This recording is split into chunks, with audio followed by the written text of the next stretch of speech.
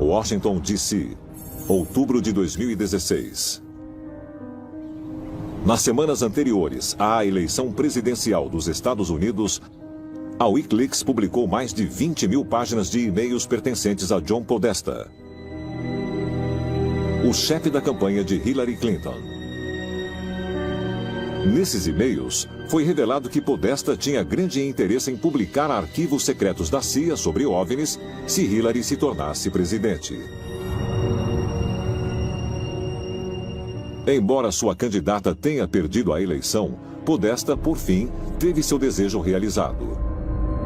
Em 18 de janeiro de 2017, nos últimos dias de Barack Obama como presidente, a CIA fez o upload de cerca de 1 milhão de arquivos secretos sobre OVNIs em seu site. A atitude suscitou novos pedidos para que o governo britânico divulgasse os 18 arquivos sonegados na publicação dos relatórios sobre OVNIs, que começou em 2007. Mesmo assim, o Ministério da Defesa não publicou os documentos. Será que esses arquivos contêm informações sobre atividade extraterrena que nem mesmo a CIA tem conhecimento? E será que eles continuam escondidos em Rudloe Manor? O Ministério da Defesa não deseja debater honestamente com o público, e ele deseja não divulgar os seus arquivos.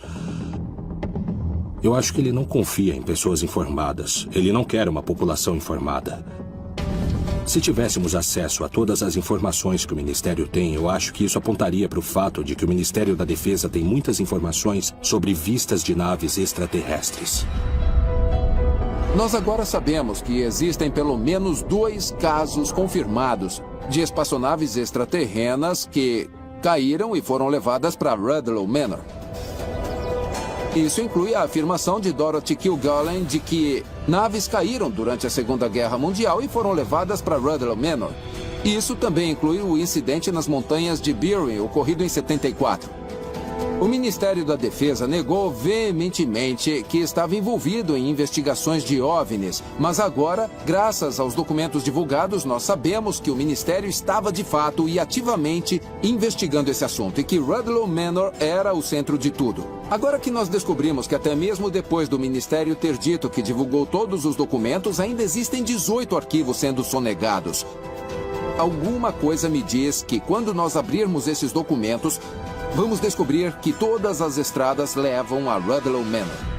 Eu acho que é altamente provável que eles saibam que existe vida extraterrestre inteligente. O único motivo pelo qual essa informação ainda não foi publicada é por causa desse pensamento esquisito de que nós, como espécie humana, não suportamos a verdade de que nós não estamos sozinhos no universo. Eu acho que todas as agências do governo do mundo inteiro deveriam dar às pessoas que vivem nesse planeta um pouco mais de crédito, porque isso apenas mostra uma imagem maior e que nós fazemos parte dessa imagem maior. Será que restos de uma nave extraterrena estão realmente escondidos sob a superfície de Rudloe Manor? E se a resposta for afirmativa, a recente divulgação da CIA pode influenciar o governo britânico a revelar uma verdade surpreendente? Prova de que o primeiro contato com os extraterrestres não é mais coisa de ficção científica, mas sim um fato científico e histórico. Há centenas de anos, os pesquisadores se confrontam com numerosas anomalias científicas. Mas a ciência tradicional, muitas vezes, não tolera evidências que não se encaixam com o conhecimento aceito. Devido a esses preconceitos, podemos estar perdendo uma verdade maior sobre as origens da humanidade?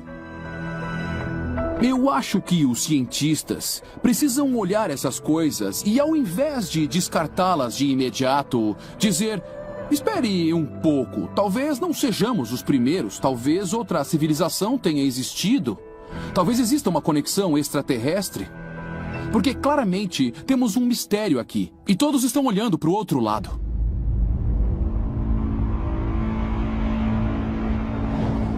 Glen Rose, Texas. Essa cidade rural sulista tem apenas 2.500 habitantes, mas pode conter um dos artefatos arqueológicos mais incríveis já encontrados. No Museu de Evidências da Criação está um antigo martelo conhecido como o Artefato de Londres, nome dado devido à cidade no centro do Texas, onde foi descoberto em 1936. O martelo foi encontrado na formação de Travis. É uma concreção de arenito. E leva cerca de 140 milhões de anos para que isso se forme. Então ele teria 140 milhões de anos de idade. Os cientistas convencionais afirmam que os primeiros humanos modernos emergiram há apenas 200 mil anos.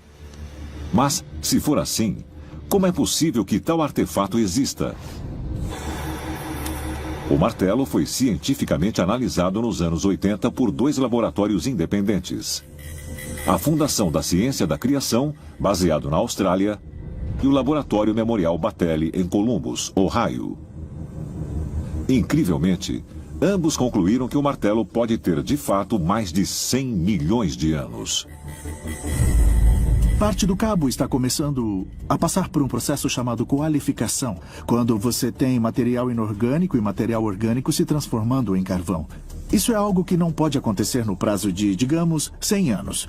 Como a maioria diz, isso não passa de um martelo que foi deixado por um garimpeiro de meados do século XIX. Além da qualificação, o cabo do martelo apresenta sinais de petrificação. Esse processo de madeira orgânica ser substituída por cristais minerais leva milhões de anos. Resultados de testes concluíram que o material da cabeça do martelo consistia de 96,6% de ferro, 2,6% de cloro e menos de 1% de enxofre. Incrivelmente, esse material não continha nenhum carbono que indicasse manufatura moderna. Quando nós fazemos aço para ferramentas, parte do processo é usar fornalhas para remover o carbono completamente. Mas sempre resta cerca de 0,2% a 2%. Sempre há uma assinatura de carbono no nosso aço. Mas nenhum carbono foi encontrado nesse material em particular. A verdade é que esse objeto pode ter 140 milhões de anos.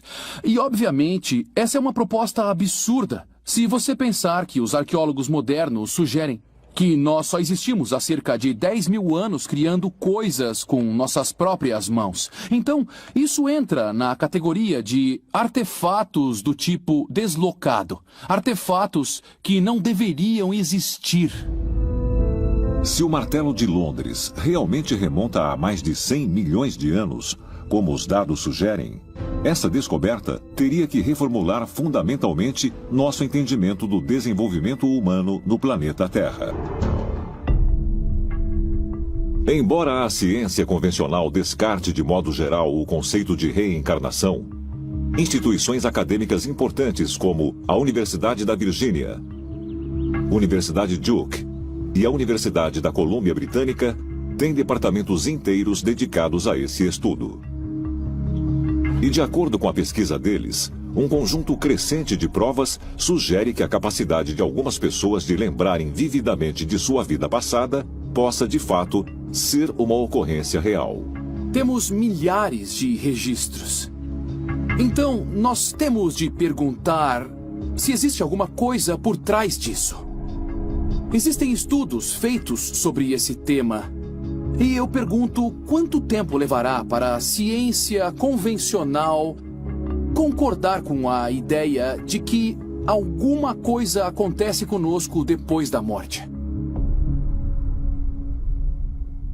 A ideia básica da reencarnação é que quando você morre, sua alma se separa do corpo. Você vai para a sua versão do paraíso. E depois você volta num novo corpo. Um modo fácil de entender isso é que você pode fazer o upload de arquivos do computador para a nuvem e depois fazer o download deles num novo computador. Mas, apesar de os cientistas estarem começando a considerar a noção de que a reencarnação possa ser um acontecimento verdadeiro, A ideia de a alma sair de um corpo humano e entrar em outro pode ser encontrada há milhares de anos, remontando ao começo da civilização egípcia.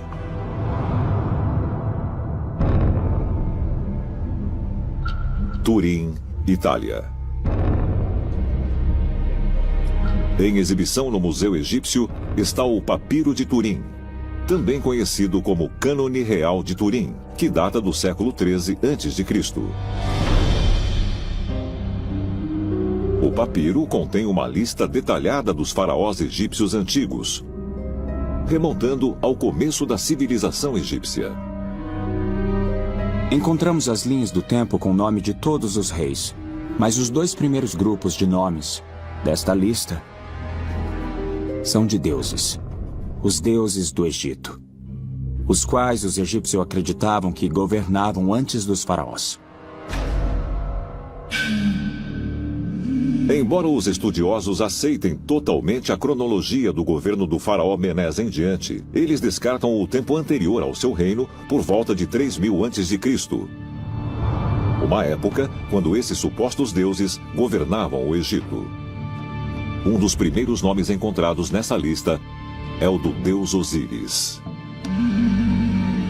Descreveram Osíris como um deus em forma humana. Ele tinha características humanas. Mas uma das coisas mais curiosas sobre Osíris é que ele foi retratado com a pele verde. Acredita-se que Osíris tenha vindo originalmente da constelação Órion. E ele fazia parte de um grupo de extraterrestres que vieram à Terra. O que é interessante sobre os deuses egípcios antigos é que eles também morriam. Eles não eram necessariamente imortais. E quando o deus Osíris morreu, séculos antes, de acordo com a mitologia egípcia, ele renasceu como seu filho Horus. E Horus se tornou uma encarnação física na Terra. E os antigos egípcios acreditavam que todos os faraós se tornaram deuses encarnados. E quando um faraó, em particular, morria, seu espírito então ia para o próximo faraó. E assim por diante, e assim por diante. Então, esse ciclo de reencarnação continuava. Na antiga mitologia egípcia da criação, o deus Ptah veio de Sírio e assumiu a forma do corpo humano. Temos que fazer a seguinte pergunta: os extraterrestres vieram à Terra e adaptaram o corpo humano para ele servir como veículo para a alma?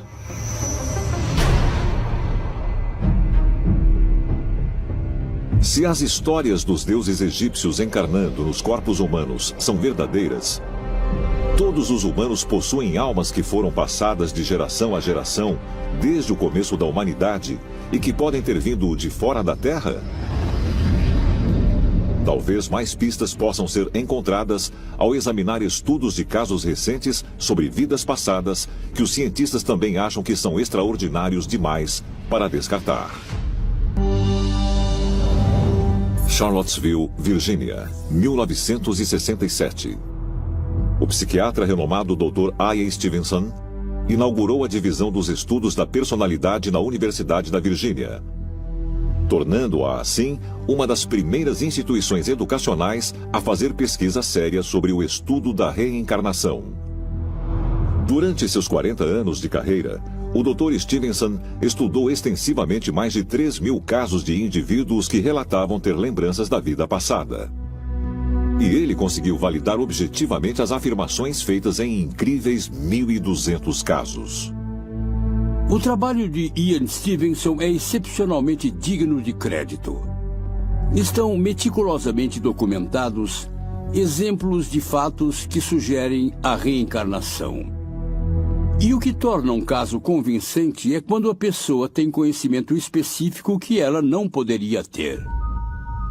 O Dr. Stevenson viajou por todo o mundo para se encontrar com pessoas que afirmavam ter conhecimento de sua vida passada. Todos os seres sensíveis reencarnam. A reencarnação é ilimitada, não existe começo. Ela já existe. Nosso corpo é um recipiente da consciência. E quando a consciência viaja para a próxima forma, é um novo recipiente.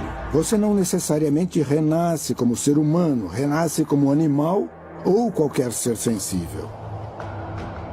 Na tradição cabalística do judaísmo, a reencarnação é considerada uma crença fundamental. E diferentemente das outras religiões que acreditam que você tem apenas uma vida, durante a qual tem que fazer o certo, na tradição cabalística, acredita-se que as almas ganham várias chances de fazer a coisa certa. Então, acredita-se que as almas reencarnam repetidamente. A ideia da pré-existência da alma já foi uma doutrina significativa do cânone cristão, antes de ter sido extirpada dos ensinamentos pelo imperador romano Justiniano o Grande, em 553 d.C. A antiga crença cristã em reencarnação acabou sendo declarada uma heresia. Em vez de voltar para a Terra várias e várias vezes, você agora só tem um destino depois desta vida. Esse destino é ou o paraíso ou o inferno, dependendo de como você se comportou durante a vida. Isso foi usado como um mecanismo de controle. Existem muitas crenças no mundo todo que indicam que a reencarnação existe. Algumas pessoas acreditam que certos tipos de alma conseguem voltar, não só em um corpo, mas também em vários corpos de uma vez, para cumprir tarefas específicas. E esse é um dos motivos pelos quais existem muito mais pessoas na Terra hoje do que havia no passado. Além disso, é possível você reencarnar em outros planetas. Muitas vezes, quando a reencarnação é discutida, nós somente falamos sobre as pessoas reencarnarem aqui na Terra. E eu, pessoalmente, sempre achei que era uma ideia limitada da reencarnação. Eu acho que até mesmo organismos extraterrenos, entidades biológicas, se reencarnam em todo o universo. A aproximadamente 27 quilômetros a nordeste de Jerusalém estão as antigas ruínas da cidade de Jericó. Aqui, os arqueólogos encontraram vestígios de povoados que remontam a 9000 a.C. Segundo a Bíblia judaica, acredita-se que Jericó tenha sido onde Deus falou com Josué, o sucessor de Moisés, e o orientou a marchar em volta das muralhas da cidade uma vez por dia durante 6 dias, com 7 sacerdotes levando trombetas de chifre de carneiro, seguidos da Arca da Aliança, o baú de ouro que guardava os 10 mandamentos. E então, no 7º dia, sob as ordens de Deus, Josué e os israelitas marcharam em volta do perímetro da cidade uma última vez. Só que agora, tocando as trombetas de chifre de carneiro. As muralhas de Jericó caíram e a cidade foi dominada.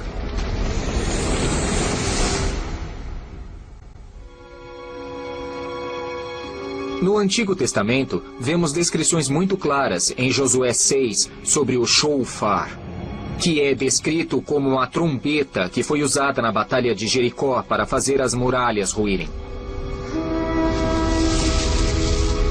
Para os eruditos religiosos, a queda das muralhas de Jericó foi um milagre. Para a maioria dos cientistas e historiadores da atualidade, a destruição foi muito provavelmente causada por um terremoto. Mas será que pode ter sido outra coisa? Será que os israelitas poderiam ter uma avançada tecnologia de ondas sonoras? Sendo o caso, de onde teria vindo? Nas Escrituras há uma história fascinante sobre a queda das muralhas de Jericó. Aos exércitos foi ordenado que rodeassem as muralhas várias vezes e por fim tocassem as trombetas e as muralhas vieram abaixo. E nós sabemos que havia uma presença poderosa, a Arca da Aliança. Esse objeto misterioso e sagrado que estava com eles o tempo todo e que, evidentemente, fez parte do acontecimento e da queda das muralhas de Jericó. A ideia de que algum tipo de arma sônica tenha sido usada para destruir aquelas gigantescas muralhas da antiguidade, para permitir que os israelitas basicamente tomassem a cidade, é de fato fascinante. Então, que tipo de tecnologia eles usaram? Parece absolutamente fantástico para nós que eles pudessem ter algum tipo de tecnologia alienígena avançada. Mas é claramente isso que eles descrevem.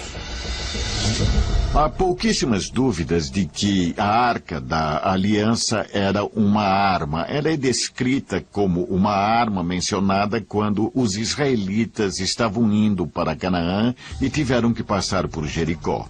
E pode ser que eles tivessem alguma tecnologia e nós não sabemos que tecnologia era essa. Mas há, obviamente, uma associação entre a Arca e a queda das muralhas. E esse foi o motivo pelo qual a Arca teve que circundar a periferia da cidade.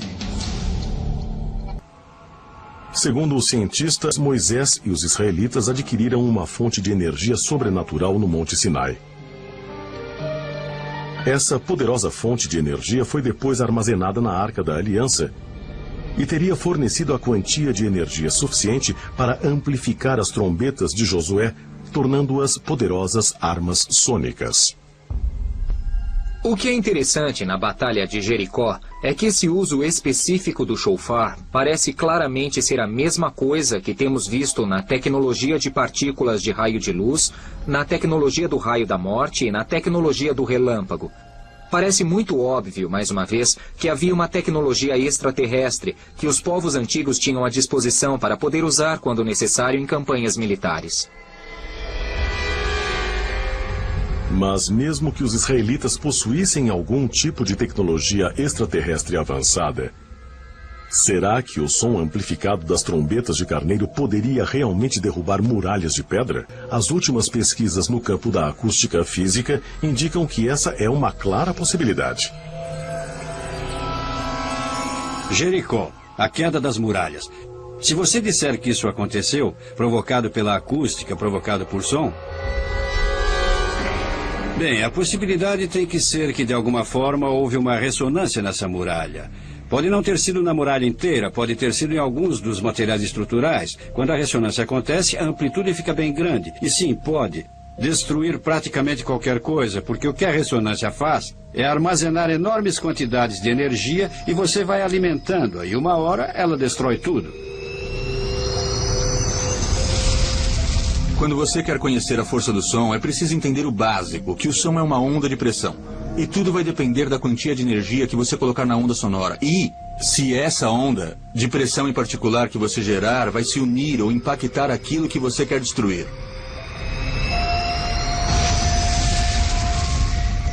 Você pode fazê-la bem forte, porque pode fazer com uma amplitude bem alta, pressões muito grandes no som. Pode ser uma frequência ou uma amplitude em que não ouvimos nenhum som, mas do ponto de vista da física continua sendo som, pois é uma onda de pressão no ar. Então pode ser muito destrutiva se você puser bastante energia nela. Você também pode vê-la como uma arma de partículas, pois você movimenta o ar com ela e você só precisa de algo para focalizar o som, o que nós sabemos fazer, e aí você teria um raio de energia dirigido com o som. Discos voadores. OVNIs. Os grandes historiadores dizem que a aparição dessas misteriosas naves aparecem nos céus da Terra há milhares de anos. Descrições de discos voadores e o que parece ser algum tipo de aeronave já apareceram em alguns dos mais antigos desenhos das cavernas de que temos conhecimento. Os cientistas calculam que esses desenhos das cavernas sejam de 20 a 30 mil anos antes de Cristo. E esses desenhos das cavernas existem na Rússia, na China, na África, na América do Sul e em outros lugares. E eles parecem ser algum tipo de espaçonave.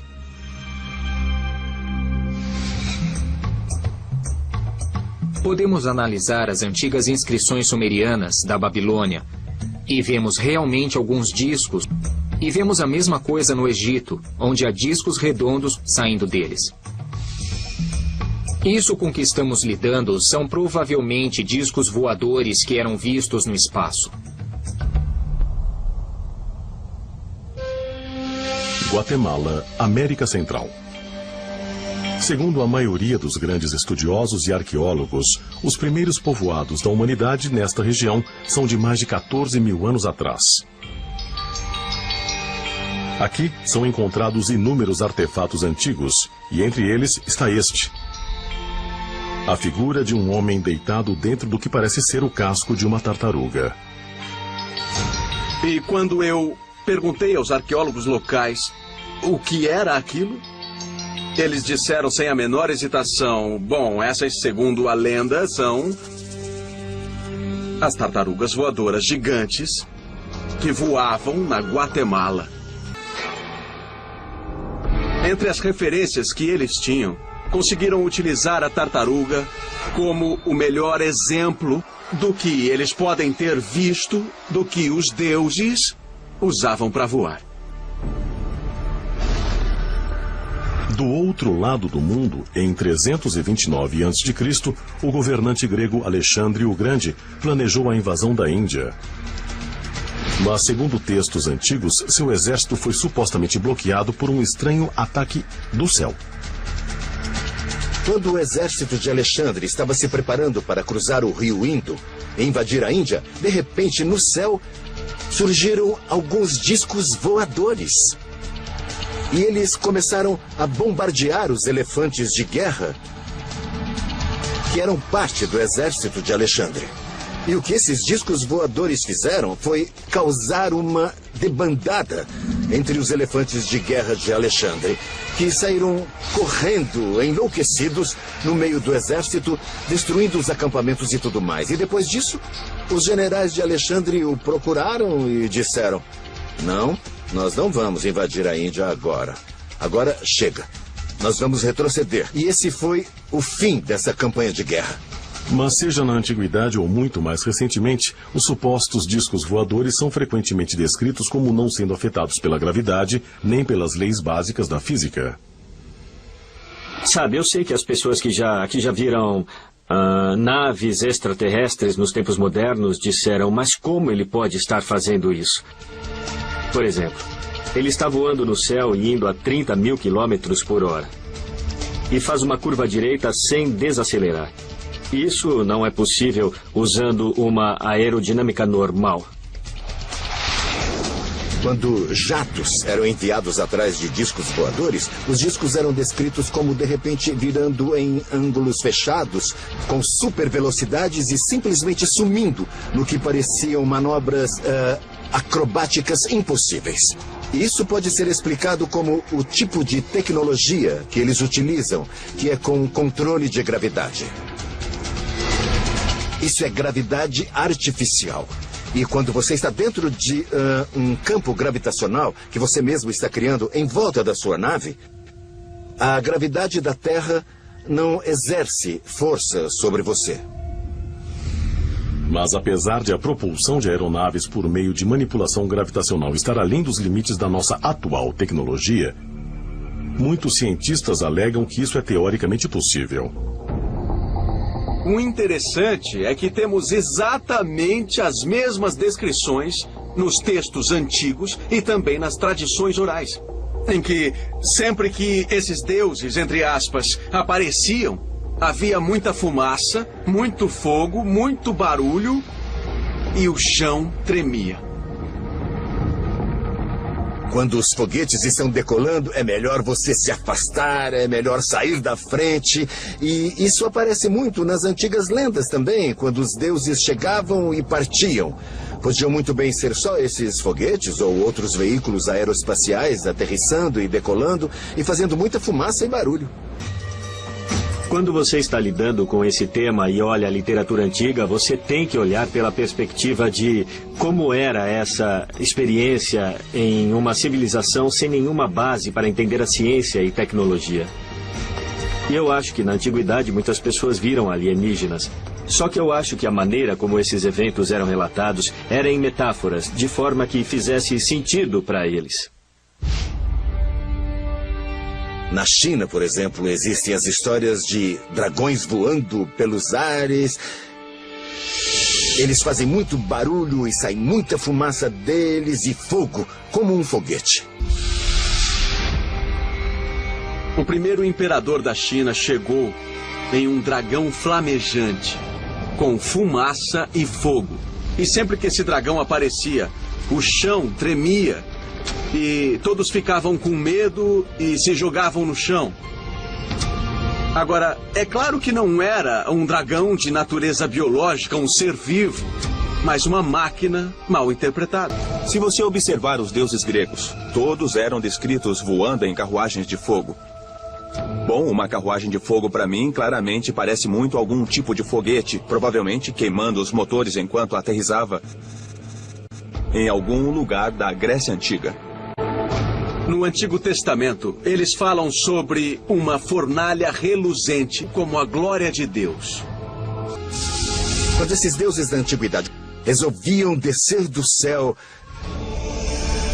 em uma rajada de raios, trovões e depois saíam da espaçonave, eles eram vistos como deuses.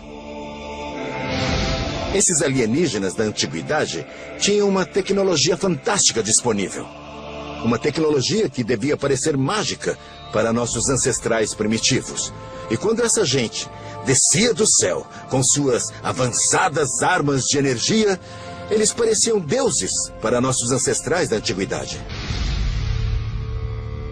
De 5.000 a 2.000 a.C., o sul da Mesopotâmia abrigava os sumerianos, uma civilização altamente avançada, onde surgiram alguns dos primeiros astrônomos. Considerada uma das histórias escritas mais antigas da história, o épico de Gilgamesh relata a jornada de um homem para o céu para encontrar o deus Anu. O épico de Gilgamesh, que é da época dos sumerianos, é uma história em que o herói Gilgamesh voa sobre a Terra. Ele descreve a Terra vista de cima, fascinante, uma história antiga do primeiro voo. A civilização mais antiga de que se tem registro, a cultura sumeriana, nos deixou vestígios do que é chamado de Shem. Esse objeto é bem parecido com uma cápsula espacial moderna, que é colocada na ponta do foguete. E esse Shem é onde os sacerdotes entravam para interagir com os deuses, ou quando o homem estava subindo ou descendo do céu.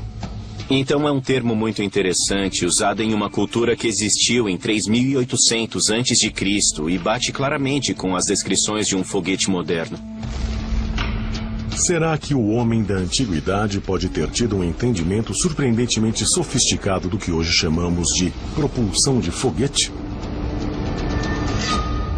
Acho que todas as coisas que temos hoje já existiram antes e que nosso passado não é ficção científica, mas um fato científico. Será que essas tecnologias já foram vistas e até usadas pelas antigas civilizações? Se for o caso, será que foram concebidas pela mente humana da antiguidade? Ou suas origens seriam outras, talvez de outros mundos? E descobrir os segredos dessas invenções seria a chave para descobrirmos o nosso passado? Ou, ao redescobrir tecnologias perdidas, estaríamos abrindo caminho para o nosso próprio futuro? E para o ilimitado potencial do universo infinito?